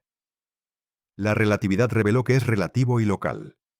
En cada caso, la imagen que emerge de la física es más compleja, más rica y más difícil de visualizar que la imagen de la intuición cotidiana. Pero es más verdadera. Y el tiempo, de todos esos conceptos, es quizás el que más resistencia encuentra cuando la física lo describe con precisión. Decirle a alguien que el tiempo no es absoluto, que dos personas pueden envejecer a velocidades distintas, que la diferencia de tiempos entre dos relojes puede ser medida con instrumentos reales, produce una resistencia intuitiva que ningún otro resultado de la física produce con tanta fuerza. Porque el tiempo es la experiencia más personal e inmediata que tenemos. No vemos directamente el espacio curvado. No sentimos las partículas cuánticas. Pero el tiempo lo vivimos directamente. Cada momento, cada día, cada año que pasa. Y la física dice que lo que experimentamos como el fluir uniforme del tiempo es una aproximación válida para las velocidades y los campos gravitacionales de la vida cotidiana, pero que es solo una aproximación. Bajo condiciones diferentes, el tiempo fluye diferente. Para el astronauta en la Estación Espacial Internacional, fluye ligeramente más despacio. Para los relojes a bordo de un avión circumnavegando el planeta, fluye ligeramente más despacio. Para los satélites GPS, fluye ligeramente más rápido que en la superficie. Todo eso es real. Todo eso es medido. Todo eso usa los mismos principios que los viajes al tiempo en la ciencia ficción usan como premisa, simplemente a escalas tan pequeñas que son imperceptibles para los sentidos humanos. El tiempo no es lo que siempre creímos que era. Es más maleable, más local, más dependiente del contexto físico de lo que la intuición sugiere. Y esa maleabilidad, esa flexibilidad del tiempo que los experimentos han verificado con relojes atómicos y satélites GPS, es exactamente la física que hace posible los viajes en el tiempo al futuro, no como ficción, como consecuencia directa de la misma física que hace que tu GPS funcione. Hay un experimento que merece ser descrito con más detalle porque es el que más directamente demuestra que la dilatación del tiempo no es un fenómeno exótico, de velocidades extremas o de astrofísica. Ocurre aquí, en tu oficina, en tu casa. Cualquier diferencia de altura produce una diferencia detectable en el ritmo del tiempo. El experimento de Chow y colaboradores de 2010 en el NIST, el National Institute of Standards and Technology de Estados Unidos, usó relojes atómicos de aluminio de una generación de precisión sin precedente en ese momento. Esos relojes medían el tiempo usando la frecuencia de las oscilaciones de los átomos de aluminio ionizados. La frecuencia era de 1.015.315.393.200.7.857 hercios. Más de 1 cuatrillón de oscilaciones por segundo. La estabilidad del reloj era tal que en 3.700 millones de años el reloj se habría desviado en menos de un segundo. Con ese nivel de precisión, los investigadores pudieron medir la diferencia en la tasa de marcha de dos de esos relojes cuando uno estaba situado 33 centímetros más alto que el otro. 33 centímetros. La diferencia de altura entre el asiento de una silla normal y el suelo. La diferencia medida en la tasa de marcha fue de aproximadamente 4 por 10 elevado a la menos 17. Eso es una diferencia de 4 10.000 de la tasa de marcha. En términos prácticos, si los dos relojes estuvieran corriendo durante toda la edad del universo actual, aproximadamente 13.800 millones de años, el reloj que estuvo 33 centímetros más alto habría acumulado aproximadamente 15 milisegundos de adelanto respecto al reloj más bajo. No es una diferencia que puedas sentir. No es una diferencia que tenga consecuencias prácticas en ningún escenario de la vida cotidiana. Pero es absolutamente real. Y ese resultado dice algo extraordinario. El tiempo no es igual en todos los puntos del espacio. No en teoría. No como predicción abstracta. Como dato experimental medido en el laboratorio. El tiempo en el suelo de tu habitación transcurre ligeramente más despacio que el tiempo en el techo de tu habitación. Si tuvieras un reloj lo suficientemente preciso, podrías medirlo. La diferencia es demasiado pequeña para los relojes que usamos en la vida diaria. Pero con los mejores relojes que la física ha construido, es completamente visible. Estás viajando en el tiempo ahora mismo, a la velocidad de 1 segundo por segundo, sincronizado con el tiempo local de tu punto en el campo gravitacional de la Tierra. Alguien que vive en un piso más alto que tú envejece ligeramente más rápido. No apreciablemente. No de manera que un médico pueda notarlo, pero físicamente de manera verificada por los mejores instrumentos que la ciencia tiene. Eso no es filosofía, es física experimental. Y es la misma física que a velocidades altas y campos gravitacionales extremos produce los efectos de viaje temporal de los que habla la ciencia ficción, simplemente a escala pequeñísima aquí, y a escala enorme bajo condiciones extremas. Stephen Hawking tenía una relación personal y profunda con la pregunta del viaje en el tiempo. Era una de las cuestiones a las que dedicó más reflexión pública, desde sus libros de divulgación hasta sus artículos técnicos. Su posición fue evolucionando a lo largo de su carrera de una manera que ilustra perfectamente cómo la física confronta sus propias preguntas más difíciles. En los años 70 y 80, Hawking era abierto a la posibilidad de que el viaje al pasado pudiera ser posible en principio. Las ecuaciones de la relatividad general, en cuya aplicación era uno de los expertos más destacados del mundo, admitían curvas temporalmente cerradas. Las soluciones matemáticas que las contenían eran formalmente válidas. No había ninguna demostración de que fueran físicamente imposibles. Pero en los años 90, su posición comenzó a endurecerse. La razón fue principalmente el argumento del cronometría cuántica. Hawking y sus colaboradores calcularon que cuando se intenta crear un agujero de gusano que permita el viaje al pasado, los efectos cuánticos en la vecindad del agujero de gusano producen una divergencia de energía. La densidad de energía en el cuello del agujero de gusano se hace infinita. Eso destruiría el agujero de gusano antes de que pudiera ser usado para viajar al pasado. Ese cálculo es lo que Hawking llamó la base de la conjetura de protección de la cronología. El universo parece tener mecanismos de autoprotección que impiden la creación de curvas temporalmente cerradas. No porque haya una ley explícita que lo prohíba, sino porque los efectos cuánticos conspiran para producir la energía necesaria para destruir cualquier estructura que pudiera permitir el viaje al pasado justo cuando esa estructura está a punto de funcionar. El universo, en la imagen de Hawking, tiene, como dice él, sus propias policías del tiempo, que evitan las paradojas antes de que puedan ocurrir. Hawking era explícito en que esa conjetura no tenía demostración formal. Era su mejor intuición basada en los cálculos disponibles. Y la distinguía claramente del viaje al futuro, que consideraba completamente normal y no controversial. En sus charlas populares, usaba el ejemplo del vino para ilustrar el viaje al futuro.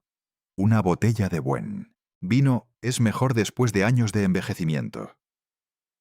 Si pudieras llevar esa botella a velocidades cercanas a la de la luz durante unos años y volver, la botella habría envejecido poco, pero décadas habrían pasado en la Tierra.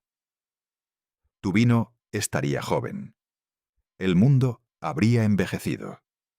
Eso es un viaje al futuro. Y no es más misterioso que guardar una botella en la bodega. Solo que la botella en la bodega envejece con el mundo. La botella en la nave no. Hawking usaba ese tipo de ilustraciones para enfatizar que el viaje al futuro no es algo especialmente misterioso desde el punto de vista físico. No requiere taquiones, ni agujeros de gusano, ni violaciones causales. Requiere velocidad o gravedad. Y ambas son física ordinaria. La distinción entre el viaje al futuro y el viaje al pasado era para Hawking la distinción más importante que había que hacer en cualquier discusión sobre el tiempo. El primero es física verificada. El segundo es, en el mejor caso, física especulativa con obstáculos formidables. Y esa distinción entre lo que ya sabemos que es posible y lo que todavía no sabemos si es posible, es exactamente la distinción que este video intenta hacer con la mayor precisión posible. Hay una dimensión del tiempo que la física cuántica y la relatividad no capturan completamente. El tiempo biológico. La experiencia subjetiva del tiempo varía no solo con la velocidad y la gravedad, como predice la relatividad. Varía también con el estado fisiológico y psicológico del organismo que lo experimenta. Cuando estás absorto en una actividad que te apasiona, el tiempo parece pasar más rápido. Cuando esperas algo con ansiedad, parece pasar más despacio. Esas variaciones no son ilusiones.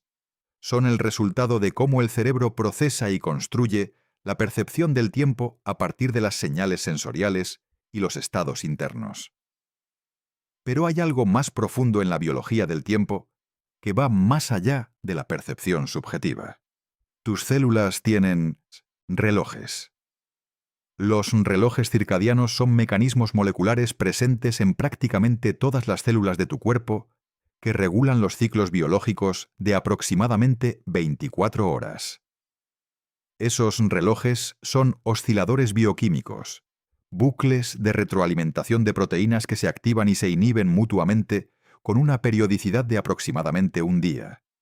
Los relojes circadianos regulan el ciclo de sueño-vigilia, la temperatura corporal, la secreción de hormonas, La actividad de las enzimas, la permeabilidad de las membranas celulares, son los relojes más fundamentales que los organismos biológicos conocen. Y esos relojes, a diferencia de los relojes atómicos que miden el tiempo físico con alta precisión, miden el tiempo biológico con la función de sincronizar el organismo con el ciclo de día y noche del planeta. La relatividad del tiempo físico tiene una consecuencia que es curiosa desde el punto de vista biológico. Si un astronauta viajara en una nave al 90% de la velocidad de la luz durante un año subjetivo, sus relojes circadianos seguirían marcando ciclos de 24 horas. Su biología seguiría el tiempo propio de la nave. Dormiría y se despertaría. Su temperatura corporal fluctuaría. Sus hormonas seguirían sus ritmos. Todo basado en el tiempo propio del sistema de referencia de la nave. Envejecería biológicamente un año. Mientras tanto, en la Tierra, habrían transcurrido más de 2 años. Cuando el astronauta regresara, su biología habría envejecido un año. La biología de los que se quedaron en la Tierra habría envejecido más de 2. Los relojes circadianos del astronauta habrían marcado exactamente los mismos ciclos de 24 horas de siempre. Nada habría cambiado en la experiencia biológica del astronauta. Pero el mundo exterior habría transcurrido más tiempo. La paradoja del gemelo es una paradoja para la física, para la filosofía, para la comprensión abstracta del tiempo. No lo es para la biología del astronauta. La biología simplemente sigue el tiempo propio del sistema de referencia donde existe. Y eso, curiosamente, hace que el viaje al futuro sea más natural para un organismo biológico de lo que podría parecer. No hay ningún conflicto entre la biología del viajero temporal y la física del viaje. La biología simplemente envejece a la velocidad que el tiempo propio del sistema de referencia dicta. El único problema es cuando el viajero vuelve y compara su envejecimiento con el de los que se quedaron. Esa comparación es la que produce la perplejidad. La experiencia subjetiva de ambos fue perfectamente normal. Solo los años de diferencia al encontrarse revelan que el tiempo transcurrió de manera diferente. Hay una manera en que ya viajamos en el tiempo, que raramente se menciona en esos términos, pero que es completamente real. Cuando miras el cielo nocturno, no estás viendo el presente del universo. Estás viendo el pasado. La luz de la luna tardó aproximadamente 1,3 segundos en llegar a tu ojo. La luz del sol tardó 8 minutos. La luz de la estrella más cercana, Próxima Centauri, tardó 4,24 años. La Vía Láctea que ves en noches oscuras en el hemisferio sur está a entre 2.000 y 26.000 años luz. La luz de sus estrellas tardó entre 2.000 y 26.000 años en llegar. La galaxia de Andrómeda, la más cercana a la Vía Láctea visible a simple vista, está a 2,5 millones de años luz. La luz que ves de Andrómeda salió cuando los primeros Homo habilis estaban fabricando herramientas de piedra en África. Los cuásares más lejanos, que los telescopios detectan, están a más de 13.000 millones de años luz. La luz que los telescopios capturan de esos cuásares salió cuando el universo tenía menos del 5% de su edad actual. Cada vez que miras al cielo con un telescopio, estás mirando el pasado del universo a una profundidad proporcional a la distancia del objeto. El telescopio James Webb, que observa el universo en infrarrojo con la mayor sensibilidad, jamás lograda, está mirando objetos cuya luz salió cuando el universo tenía apenas 400 millones de años de edad, de los 13.800 millones que tiene hoy. En esas imágenes, el universo primitivo está visible. Las primeras galaxias que se formaron después del Big Bang están visibles. Están ahí en las imágenes del Webb. El pasado del universo, preservado en la luz que viajó hasta nosotros, está disponible para ser estudiado. Eso no es viajar al pasado, en el sentido de ir físicamente allí. Pero es una forma de acceso al pasado que la física hace posible. La velocidad finita de la luz, combinada con la vastedad del universo, convierte cada telescopio en una máquina del tiempo de observación. La información del pasado viaja hacia nosotros constantemente. Toda la historia del universo está codificada en la luz que nos llega de todas las distancias. Y los futuros telescopios que se construyan serán máquinas del tiempo cada vez más potentes, capaces de ver épocas del universo, cada vez más tempranas. Con un telescopio suficientemente grande y sensible, en principio podrías ver la primera luz del universo, el fondo cósmico de microondas que se formó 380.000 años después del Big Bang. No el presente del universo. El universo tal como era hace 13.800 millones de años. El pasado más lejano que la física permite observar. Esa es la máquina del tiempo que ya existe y ya funciona. No transporta cuerpos físicos, pero transporta información. Y la información sobre el pasado del universo que esa máquina proporciona es uno de los productos más extraordinarios de la física observacional. La luz viaja hacia nosotros desde el pasado, y nosotros la usamos para ver el universo tal como era. Eso es viajar al pasado con los ojos, no con el cuerpo, pero es acceso real a información del pasado real, y es la única forma de viaje al pasado que la física confirma sin ambigüedad. Hay algo sobre el tiempo que la física cuántica y la relatividad general tienen en común que raramente se menciona. Ambas teorías son extraordinariamente precisas en sus predicciones, y sin embargo no son compatibles entre sí. La relatividad general describe el universo a gran escala. Los planetas, las estrellas, los agujeros negros, el universo en su conjunto. La mecánica cuántica describe el universo a escala pequeña. Las partículas subatómicas, los átomos, las moléculas. Ambas funcionan perfectamente en sus respectivos dominios. Pero cuando intentas combinarlas, cuando intentas describir situaciones donde la gravedad y la mecánica cuántica son simultáneamente importantes, como en el interior de un agujero negro o en los primeros instantes del Big Bang, las dos teorías producen resultados inconsistentes, infinitos. Predicciones que no tienen sentido. Eso dice que hay una teoría más profunda, que los físicos llaman la teoría cuántica de la gravedad, que contiene tanto la relatividad general como la mecánica cuántica como casos especiales. Esa teoría todavía no existe en forma completa y verificada. Los candidatos más serios son la teoría de cuerdas y la gravedad cuántica de bucles, entre otros. Ninguno ha producido predicciones verificadas experimentalmente que los distingan de las teorías actuales. El problema del tiempo tiene un papel central en ese desafío. En la relatividad general, el tiempo es una dimensión del espacio-tiempo que puede ser curvada por la masa. En la mecánica cuántica, el tiempo es un parámetro externo, una variable de fondo que no es tratada como un observable cuántico. Esa diferencia en el estatus del tiempo es uno de los obstáculos conceptuales más profundos para la unificación de las dos teorías. En la teoría cuántica de la gravedad completamente unificada, si tal teoría existe, el tiempo puede emerger como un concepto derivado de estructuras más fundamentales. En algunas formulaciones de la gravedad cuántica de bucles, el tiempo no existe en el nivel más fundamental. Es algo que emerge cuando describes el universo a escalas más grandes. Si eso es correcto, la pregunta de si el viaje en el tiempo es posible se vuelve aún más compleja.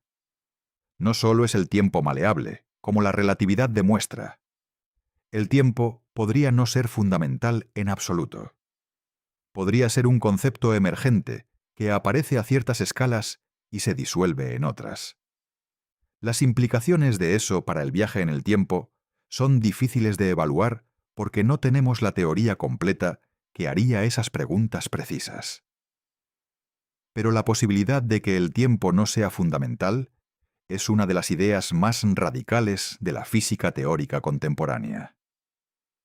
Y si es correcta, las preguntas sobre el viaje en el tiempo adquieren un carácter diferente. No solo cuánto puedes distorsionar el tiempo, sino qué es el tiempo fundamentalmente. Esa pregunta no tiene respuesta consensuada en la física actual, y su ausencia de respuesta es el límite más profundo de lo que sabemos. Hay algo que el universo hace naturalmente y que ilustra la física del tiempo de una manera que ningún experimento de laboratorio puede igualar en escala. Cuando dos agujeros negros masivos se fusionan, como el evento GW 150914, detectado por LIGO, la distorsión del tiempo en la vecindad de la fusión es extrema. En los milisegundos finales, antes de la fusión de dos agujeros negros de masa estelar, la curvatura del espacio-tiempo en la región entre los dos agujeros es tan intensa que el tiempo transcurre radicalmente más despacio que en el universo lejano. Las ondas gravitacionales producidas por esa fusión llevan en sí mismas la firma de esa distorsión temporal. La frecuencia y la amplitud de la señal gravitacional es la huella de cómo el tiempo transcurrió durante la fusión. LIGO, al detectar esa señal, está decodificando información sobre el tiempo tal como transcurrió en uno de los eventos más extremos del universo. No como metáfora, como física real. El universo genera continuamente regiones de distorsión temporal extrema en las fusiones de objetos compactos. Estrellas de neutrones que se fusionan. Agujeros negros que se fusionan. Materia que cae en los horizontes de los agujeros negros. En todos esos eventos, el tiempo se distorsiona de maneras que en ningún laboratorio humano podemos reproducir. El universo es, en ese sentido, la mayor máquina del tiempo que existe. Sus agujeros negros y sus neutrones estrellas distorsionan el tiempo de manera natural y continua. No para ningún propósito, no por diseño, simplemente como consecuencia de la física de la gravedad y de la masa. Y si alguna civilización en el universo tiene acceso a esos recursos, si puede viajar hasta las vecindades de esos objetos extremos, tiene acceso natural a la distorsión temporal extrema que permitiría los viajes al futuro de escala dramática. No necesita construir nada especial. El universo ya construyó las máquinas del tiempo. Solo tiene que llegar a ellas. Eso no resuelve el problema del viaje al pasado. Los agujeros negros distorsionan el tiempo hacia el futuro para los observadores externos. Dentro del horizonte de eventos, la física es desconocida y la intuición falla. Pero el viaje al futuro extremo, usando los recursos gravitacionales que el universo proporciona de manera natural, está dentro del dominio de lo que la física conocida permite. Y la escala de esos recursos es el universo entero. Vuelvo al experimento de Haffele y Keating con el que empezamos. Dos físicos, dos aviones, relojes atómicos, una vuelta al mundo, nanosegundos de diferencia al comparar los relojes. Ese experimento parece pequeño, casi trivial, comparado con las estrellas de neutrones y los agujeros negros y las naves que viajan al 99% de la velocidad de la luz. Pero es el más importante de todos los que hemos discutido. Porque es el primero. Porque demostró con instrumentos físicos reales que el tiempo no es absoluto. Que puede transcurrir a velocidades diferentes. Que la predicción de Einstein era correcta. Que el universo funciona de una manera que la intuición humana no captura. Esa demostración, esos nanosegundos, son el punto de partida de todo lo que siguió. Cada experimento más preciso. Cada satélite GPS que corrige su reloj. Cada cálculo de la dilatación temporal en los agujeros negros. Todo tiene sus raíces en esos nanosegundos que Haffele y Keating midieron en 1971. Y todo lleva a la misma conclusión. El tiempo es maleable, no en la ficción, no en las ecuaciones abstractas de los físicos teóricos, en la realidad física del mundo que habitamos. Los viajes en el tiempo al futuro ya ocurren. Están ocurriendo ahora mismo, en los satélites que te dan la dirección en el GPS. Han ocurrido en el cuerpo de cada astronauta que ha pasado tiempo en el espacio. Han ocurrido en los relojes de los aviones que Jafele y Keating llevaron alrededor del mundo. No en cantidades que cambian la vida, pero en cantidades reales, medidas, reproducibles. Y esa realidad pequeña, esos nanosegundos, es la misma física que a velocidades más altas y campos gravitacionales más intensos produce diferencias de meses, de años, de décadas. El viaje en el tiempo al futuro es posible. La ciencia lo demuestra. No con máquinas de ciencia ficción, con relojes atómicos en aviones, con los satélites GPS que usas cada día, con las ecuaciones de Einstein que han superado cada prueba experimental en más de 100 años de verificación. El tiempo no es lo que parecía. Es más rico, más extraño, más flexible que la intuición sugiere. Y esa riqueza, esa extrañeza, esa flexibilidad, es lo que hace del universo un lugar más interesante de lo que el sentido común puede imaginar. Hay algo que quiero que hagas después de terminar este video. La próxima vez que mires tu reloj, piensa en lo que en realidad está midiendo. No está midiendo una constante universal. Está midiendo el tiempo en tu sistema de referencia, en tu posición en el campo gravitacional de la Tierra, en tu estado de movimiento. Si alguien en el piso de arriba de tu edificio mirara su reloj en ese mismo momento, su reloj avanzaría ligeramente más rápido que el tuyo. No porque su reloj sea mejor, porque está un poco más lejos del centro de la Tierra, en un campo gravitacional ligeramente más débil. Y el tiempo transcurre ligeramente más rápido, en campos gravitacionales más débiles. Esa diferencia es completamente imperceptible para cualquier sentido o instrumento de medición ordinario. Pero es real. Y si esa persona viviera en ese piso durante 80 años, y tú vivieras en el tuyo durante 80 años, ella habría envejecido biológicamente una cantidad imperceptiblemente mayor que tú. Una fracción de microsegundo más. Pero una fracción real. Nadie ha medido eso directamente en seres vivos. Los efectos son demasiado pequeños para tener consecuencias biológicas. Pero la física predice que ocurre, y para los relojes atómicos más precisos, el equivalente de ese efecto a escala de metros se ha medido. 33 centímetros de diferencia producen efectos measurables en los mejores relojes que tenemos. Eso es el universo diciéndote algo que la intuición ordinaria nunca podría deducir. El tiempo que experimentas no es el tiempo del universo.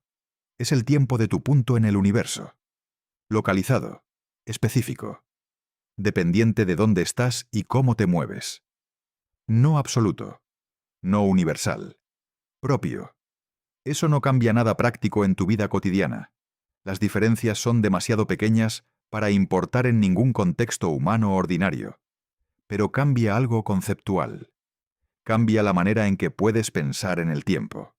No como el fondo inmutable sobre el que ocurren los eventos, sino como algo que los eventos modifican, que la masa y el movimiento distorsionan, que puede fluir de maneras diferentes en diferentes lugares.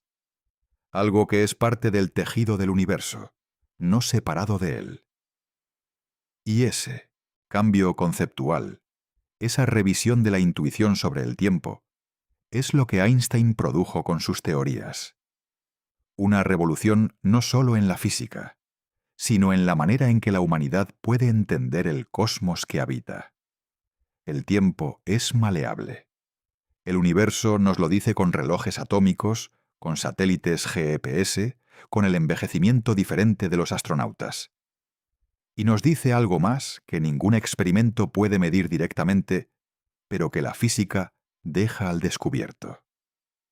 El universo es más extraño, más rico, más sorprendente de lo que cualquier intuición construida desde la experiencia cotidiana puede capturar. Siempre lo ha sido.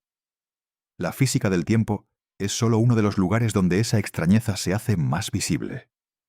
La historia de la física del tiempo no empieza con Einstein. Empieza con Galileo y Newton, que construyeron el primer marco matemático preciso para el tiempo.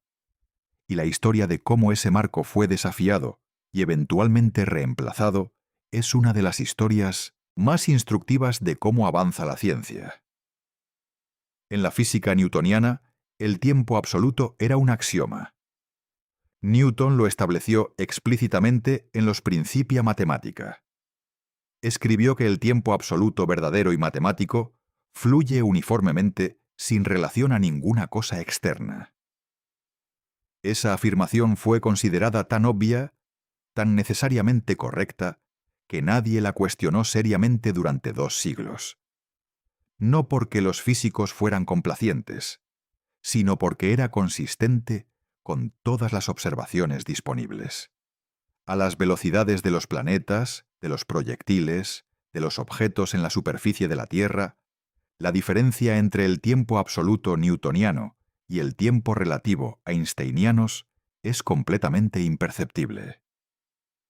Los planetas siguen sus órbitas de acuerdo con las ecuaciones de Newton con una precisión extraordinaria. No hay ninguna discrepancia detectable en ninguno de los fenómenos que Newton y sus sucesores estudiaron. Eso continuó siendo verdad hasta finales del siglo XIX. Fue entonces cuando empezaron a aparecer las primeras grietas.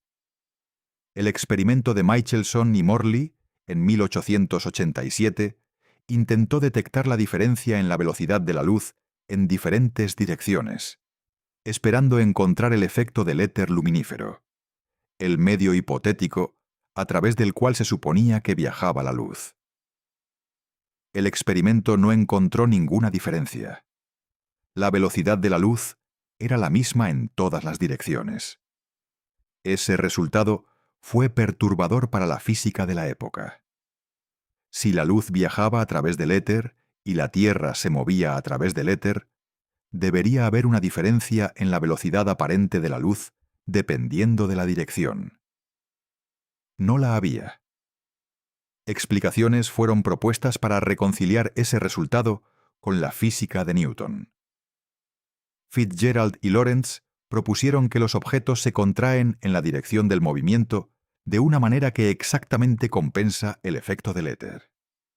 Esa era una explicación ad hoc, diseñada para explicar un resultado incómodo sin cambiar el marco fundamental. Einstein hizo algo diferente. En lugar de modificar la teoría para explicar el experimento de Michelson-Morley, cambió los principios fundamentales. Eliminó el éter. Postuló que la velocidad de la luz es la misma para todos los observadores. Y derivó de ese principio, junto con el principio de relatividad, que dice que las leyes de la física son las mismas en todos los sistemas de referencia inerciales. Todas las consecuencias de la relatividad especial, incluyendo la dilatación del tiempo. La transformación de Lorentz, que Fitzgerald y Lorentz habían introducido de manera ad hoc, emergió de manera natural de los postulados de Einstein, no como una modificación de la mecánica para explicar el experimento de Michelson-Morley, como una consecuencia de los principios más fundamentales de la física. Y la dilatación del tiempo, que la transformación de Lorentz implicaba, era la consecuencia de esos mismos principios. Einstein no predijo primero la dilatación del tiempo y luego buscó verificarla. La derivó como una consecuencia matemática de los principios de la relatividad. Y la verificación llegó décadas después, con los instrumentos suficientemente precisos para medir efectos de la escala de nanosegundos. Esa historia ilustra algo fundamental sobre cómo la física avanza. No siempre por experimentos sorprendentes que revelan anomalías. a veces por razonamientos teóricos que cambian los principios más básicos.